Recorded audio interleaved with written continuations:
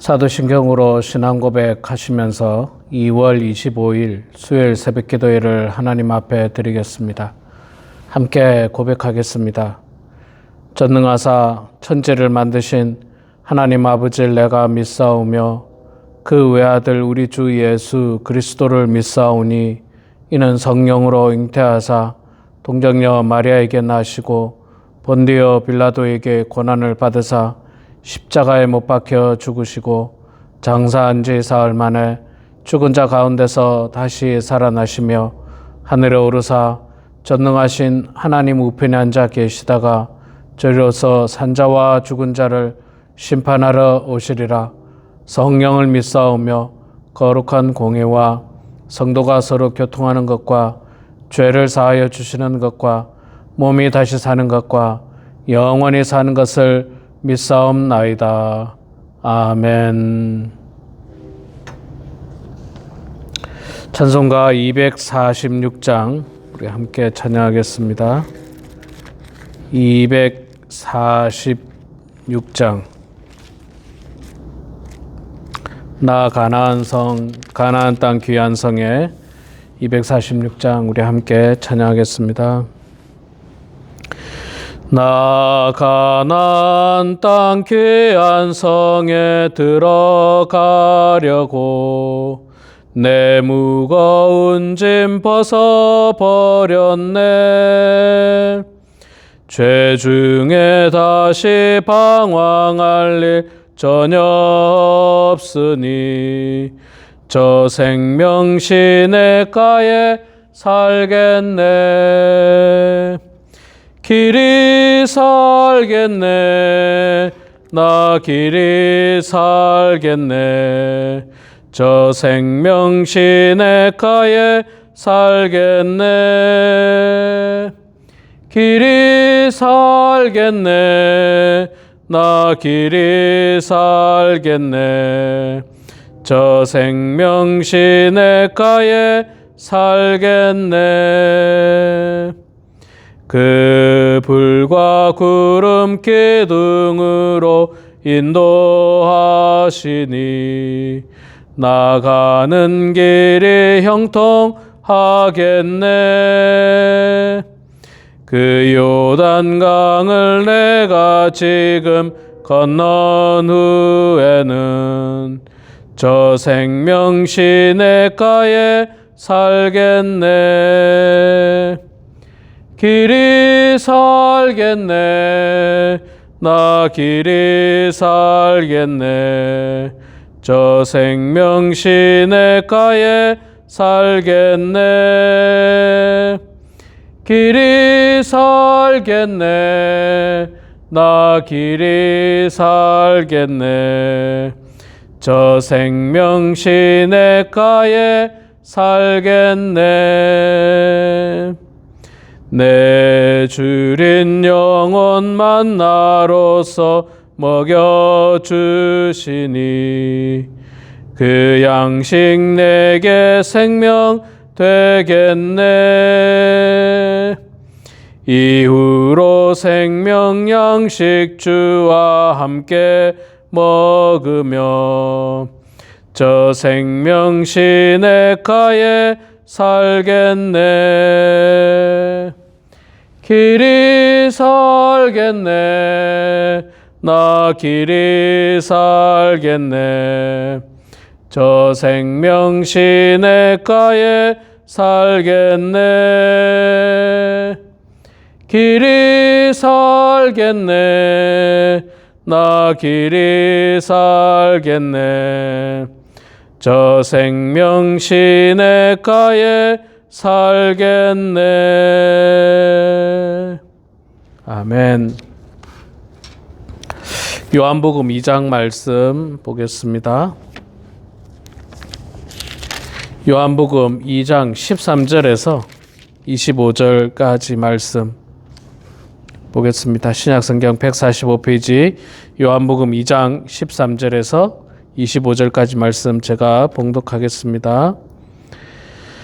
유대인의 유월절이 가까운지라 예수께서 예루살렘으로 올라가셨더니 성전 안에서 소와 양과 비둘기 파는 사람들과 돈 바꾸는 사람들이 앉아 있는 것을 보시고 노끈으로 채찍을 만드사 양이나 소를 다 성전에서 내쫓으시고 돈 바꾸는 사람들의 돈을 쏟으시며 상을 엎으시고 비둘기 파는 사람들에게 이르시되 이것을 여기서 가져가라.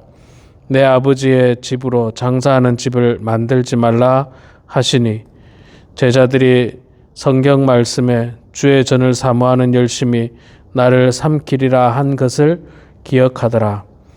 이에 유대인들이 대답하여 예수께 말하기를 내가 이런 일을 행하니 무슨 표적을 우리에게 보이겠느냐. 예수께서 대답하여 이르시되 너희가 이 성전을 헐라 내가 사흘 동안에 일으키리라. 유대인들이 이르되 이 성전은 46년 동안에 지었거늘 내가 3일 동안에 일으키겠느냐 하더라.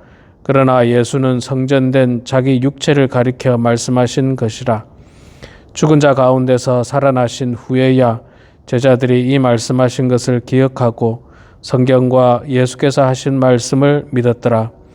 유월절에 예수께서 예루살렘에 계시니 많은 사람이 그의 행하시는 표적을 보고 그의 이름을 믿었으나 예수는 그의 몸을 그들에게 의탁하지 아니하셨으니 이는 친히 모든 사람을 아심이요 또 사람에 대하여 누구의 증언도 받으실 필요가 없었으니 이는 그가 친히 사람의 속에 있는 것을 아셨음이니라.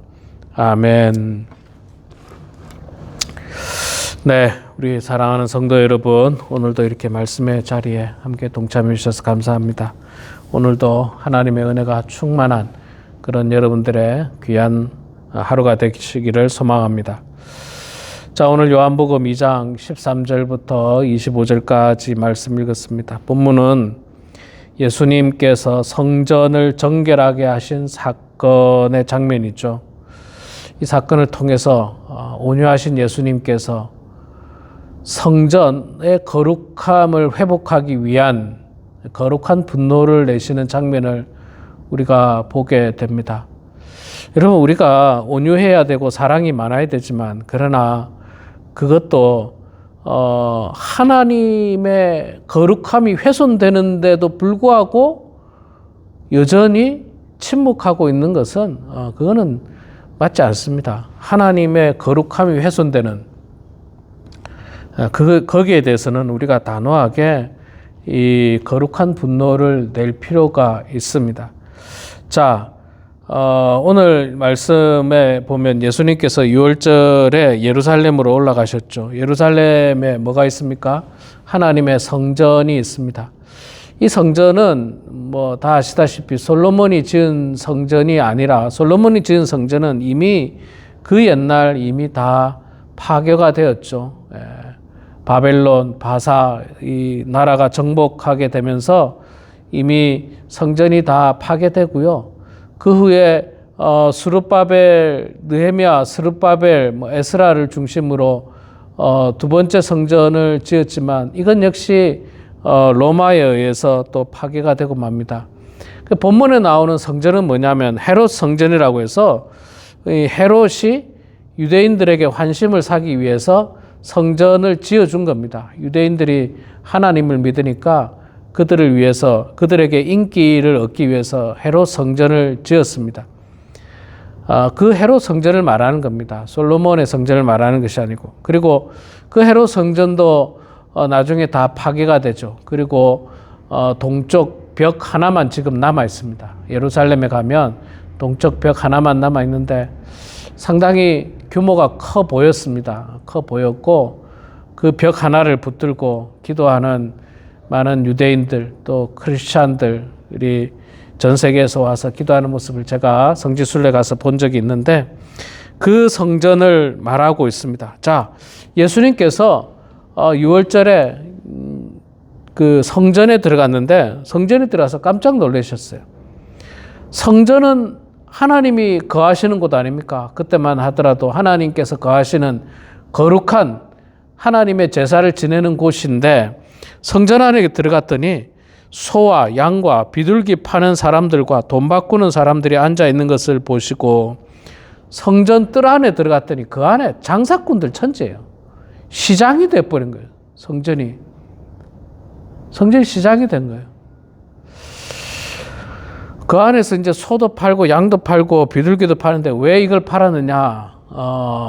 이스라엘 백성들이 하나님 앞에 성전에 나올 때는 제물을 가지고 나오지 않습니까? 제물, 소나 양이나 뭐 비둘기나 제물을 가지고 나오는데 이 제물을 저 갈릴리라든지 어디 멀리 사는 사람들이 유월절을 맞이해서 뭐 양을 한 마리 끌고 온다고 칩시다. 양 한 마리 끌고 오는데 끌고 오다가 양이 다리가 삐거나 부러지거나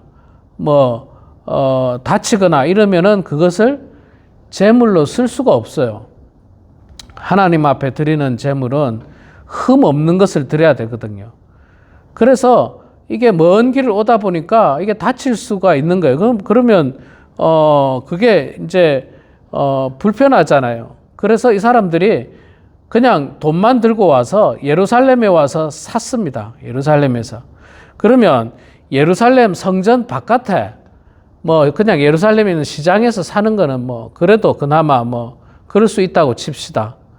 그런데 이 성전의 기득권을 가지고 있었던 종교 지도자들, 대제사장들, 또 바리새인들, 이 사람들이 그 이권을 취하기 위해서 성전 뜰 안에다가 장사를 시작한 거예요. 성전 뜰 안에서 소도 팔고 양도 팔고 비둘기도 팔고, 그러니까 성전 안이 그냥 온갖 시장통이 되어버린 거예요. 잡상이들의 시장통. 예. 여러분, 우리 교회는 성도의 숫자가 작아서 안 그렇습니다만 큰 교회들은 숫자가 많기 때문에 거기서 장사해도 장사가 잘 될 수 있습니다. 그런데 그렇다고 해서 교회 안에까지 들어와 가지고 예배드리는 장소 뒤에다가 좌판을 벌려놓고 장사를 한다면 그게 옳겠습니까? 옳지 않습니다. 예배당은 하나님 앞에 예배드리는 거죠. 당시 예루살렘에 있는 성전은 하나님 앞에 제사 지내는 곳이지 그 안에서 장사하는 곳이 아니었어요. 예수님이 보니까 기가 막힌 거예요. 기가 막힌 거. 하나님의 거룩한 집에서 장사하고 있어요. 시장 바닥을 만들고 있고 장사하고 있습니다. 그래서 예수님께서 노끈으로 채찍을 만들어 가지고 양이나 소를 다 성전에서 내어 쫓으시고 돈 바꾸는 사람들의 돈을 다 쏟으셨습니다. 이 사람들은 또 성전 안에서 이 소나 양이나 이것들을 팔고 돈도 바꾸기 때문에 대단한 폭리를 취했어요. 대단한 폭리. 말하자면 양이 성전 밖에서는 보통 100불에 거래된다면, 예를 들자면 100불에 거래된다면 성전 안에서는 한 300불씩 받고 파는 거예요.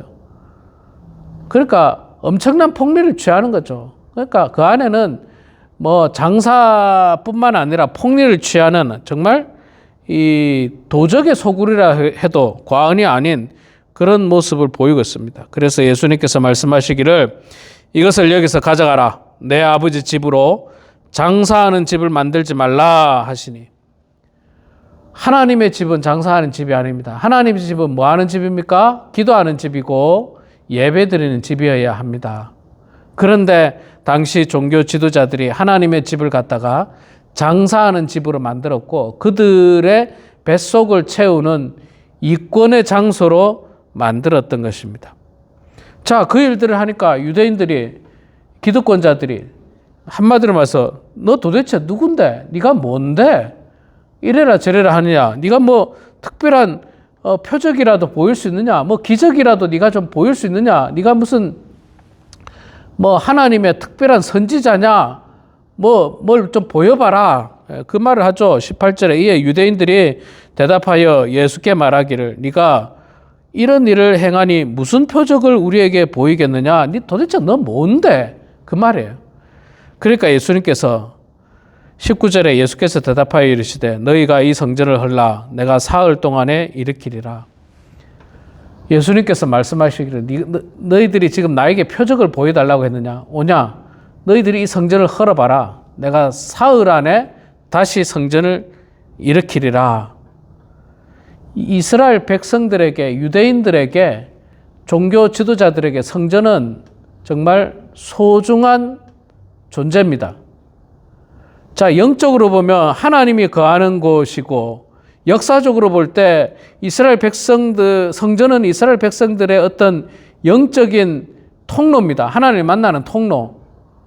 그리고 또 아주 세상적으로 보면 성전을 통해서 그들은 엄청난 수익을 얻고 있어요.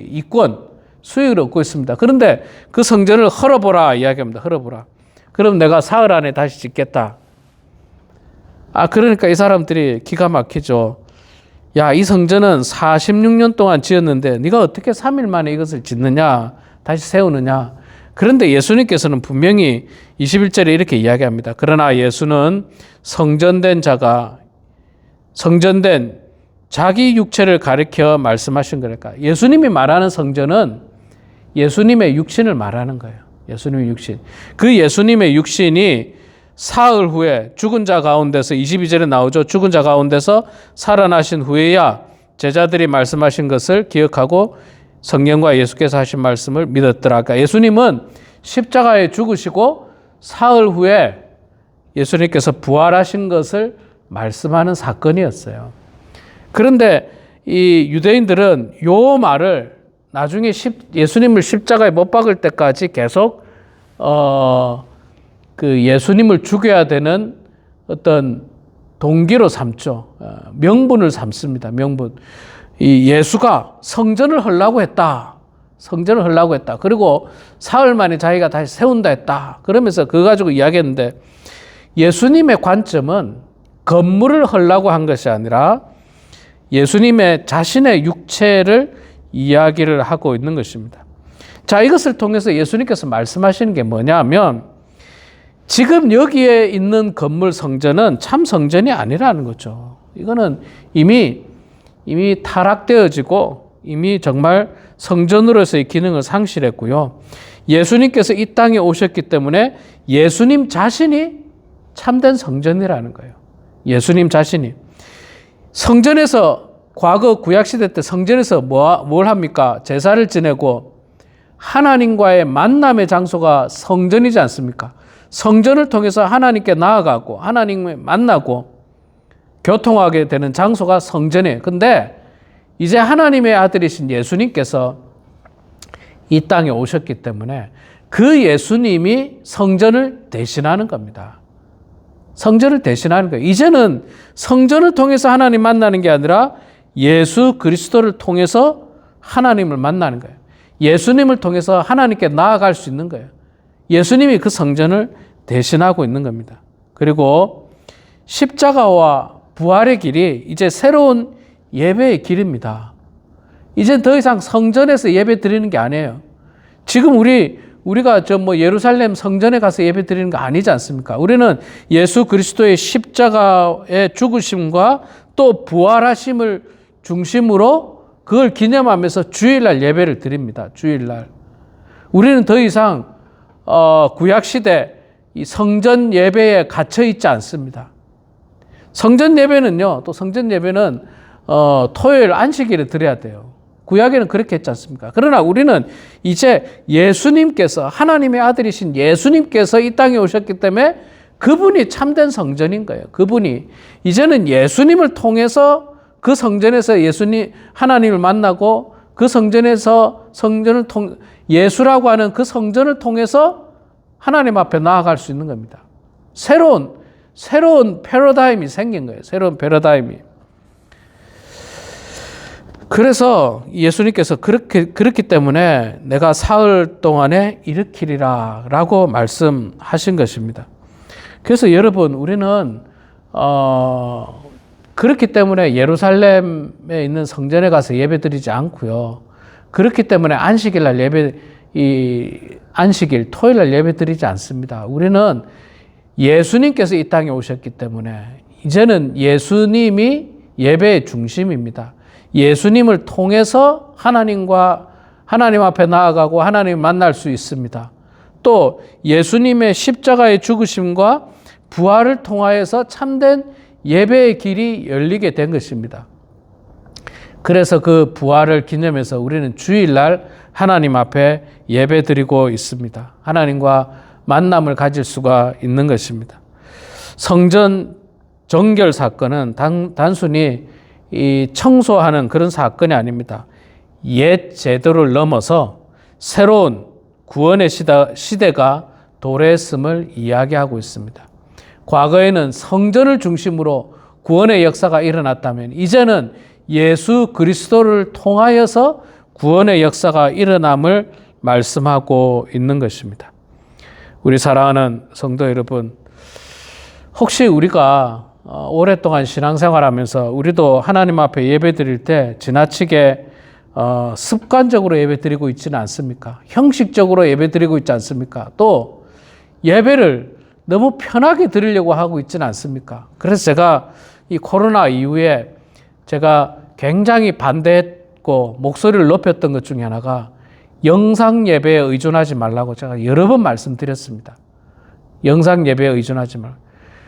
그냥 뭐 바쁘다는 핑계로 주일날 예배당에 나와서 예배 드리지 않고 영상으로 예배 드려요.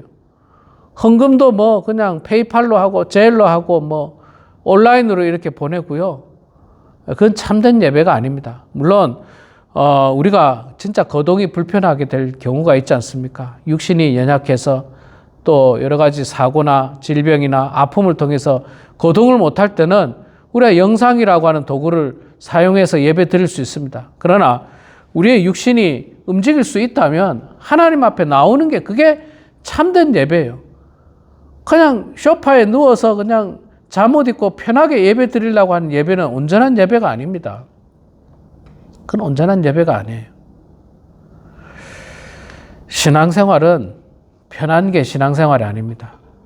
불편을 감수하고 정성으로 하나님 앞에 예배 드리는 것, 그게 온전한 신앙생활인 것입니다. 우리 사랑하는 성도 여러분, 참 성전이신 예수님께서 이 땅에 오셨습니다. 그리고 우리는 이제 그 예수님을 통해서 하나님 앞에 나아갈 수 있고 예수님을 통해서 하나님과의 만남을 할 수가 있는 것입니다. 그 예수님을 바라보시고 참 성전이신 예수님, 또 우리의 구원자이신 예수님, 예수 그리스도로 말미암아 우리의 구원의 역사가 일어났다고 하는 사실을 항상 마음 가운데 깨달으시고 날마다 주님을 찬양하고 또 하나님께 영광 올려드리며 나아가는 그런 우리 모두가 되길 주의 이름으로 축원합니다. 기도하겠습니다. 사랑의 아버지 하나님, 은혜를 감사합니다. 너무나도 귀하고 축복된 이 하루를 저희들에게 허락해 주셔서 감사합니다. 하나님 아버지, 우리의 이 하루하루가 얼마나 소중한지 또 얼마나 귀한 날인지 느끼게 됩니다. 주여, 화살처럼 빠르게 흘러가는 이 시간 속에서 의미 없이 하루 보내지 않도록 도와주시고 어떤 일에서든지 하나님께 영광이 되는 그 일에 동참할 수 있도록 도와주시고 오직 주님만 바라보며 살아가는 그런 우리 사랑하는 모든 성도들 되게 하여 주시옵소서. 아버지 하나님, 오랫동안 성전을 중심으로 하나님께 제사를 지냈던 이스라엘 백성들의 이 형식적인 제사, 또 편하고자 하는 제사가 하나님이 거하시는 성전을 시장바닥으로 만들었던 그 죄악을 예수님께서 다 정결하게 하신 사건을 보았습니다. 아버지 하나님, 혹시 우리도 하나님 앞에 예배 드리는데 지나치게 나의 편안함만을 위해서 예배 드리고 있지는 않는지요? 우리 자신을 되돌아보게 하여 주시고 혹 우리가 형식적인 예배에 빠져서 정말 의미 없이 그 한 시간을 보내고 있다면 다시 한 번 더 우리의 마음을 되새기면서 정신 차려서 온 마음과 정성을 다해서 하나님 앞에 예배드리는 저희들 다 될 수 있도록 성령님 날마다 붙들어 주시옵소서. 아버지 하나님, 예수님이 이제는 성전을 대신하여서 예수님을 통해서 하나님 앞에 나아갈 수 있으며 하나님을 만날 수 있는 통로라는 사실을 기억하면서 예수 그리스도를 바라보는 저희들 되게 하시고 예수님을 영접하고 또 예수님을 찬양하는 그런 사랑하는 모든 성도 다 되게 하여 주시옵소서. 하나님, 우리 범은 한인교회를 주님께서 이곳에 세워주셨는데 아버지 하나님, 우리 교회가 형식적으로 나아가는 교회 되지 않도록 도와주시고 생명 있는 교회 되게 하여 주시고 하나님의 말씀이 풍성한 교회 되게 하시고 열심히 기도하는 교회가 될 수 있도록 하나님 아버지 붙잡아 주시옵소서. 사랑의 아버지 하나님, 그리하여서 우리 성도 한 사람 한 사람 이 마지막 때에 영적으로 타락하지 않도록 도와주시고 영적으로 나태하지 않도록 도와주시고 더욱더 부지런히 오직 주님만 바라보고 주님만 의지하며 신앙생활할 수 있도록 축복하여 주시옵소서. 육신의 건강이 좋지 않은 성도가 있습니까? 또 멀리 출타 중인 성도 하나님께서 함께해 주셔서 모두가 주님의 은혜 가운데 나음받고 또 기쁜 마음으로 다시 재회할 수 있도록 도와주시고 무엇보다도 아버지 하나님, 우리 주변에 죽어가는 영혼들 또 낙심하고 교회에 나가지 않고 있는 영혼들에게 다시 한 번 더 손을 내밀고 그들에게 복음을 전할 수 있는 용기와 믿음을 하나님 허락하여 주시옵소서. 하나님 아버지, 이 시간에 우리 사랑하는 자녀들, 손주들을 위해서 기도합니다. 성도들을 위해서 기도합니다. 우리 개인의 육신의 건강과 영적인 문제를 놓고 기도합니다. 우리의 기도를 들어주시고 주님 응답하여 주셔서 아버지 하나님의 뜻 가운데 모든 일들이 이루어지게 하시고 성령으로 충만한 인생들 다 되게 하여 주시옵소서. 모든 것 주님께 감사드리며 살아계신 예수님의 이름으로 기도드리옵나이다. 아멘. 하늘에 계신 우리 아버지여, 이름이 거룩히 여김을 받으시오며 나라가 임하시오며 뜻이 하늘에서 이루어진 것 같이 땅에서도 이루어지이다. 오늘 우리에게 일용할 양식을 주시옵고 우리가 우리에게 죄 지은 자를 사하여 준 것 같이 우리 죄를 사하여 주시옵고 우리를 시험에 들게 하지 마시옵고 다만 악에서 구하시옵소서. 나라와 권세와 영광의 아버지께 영원히 싸움나이다. 아멘.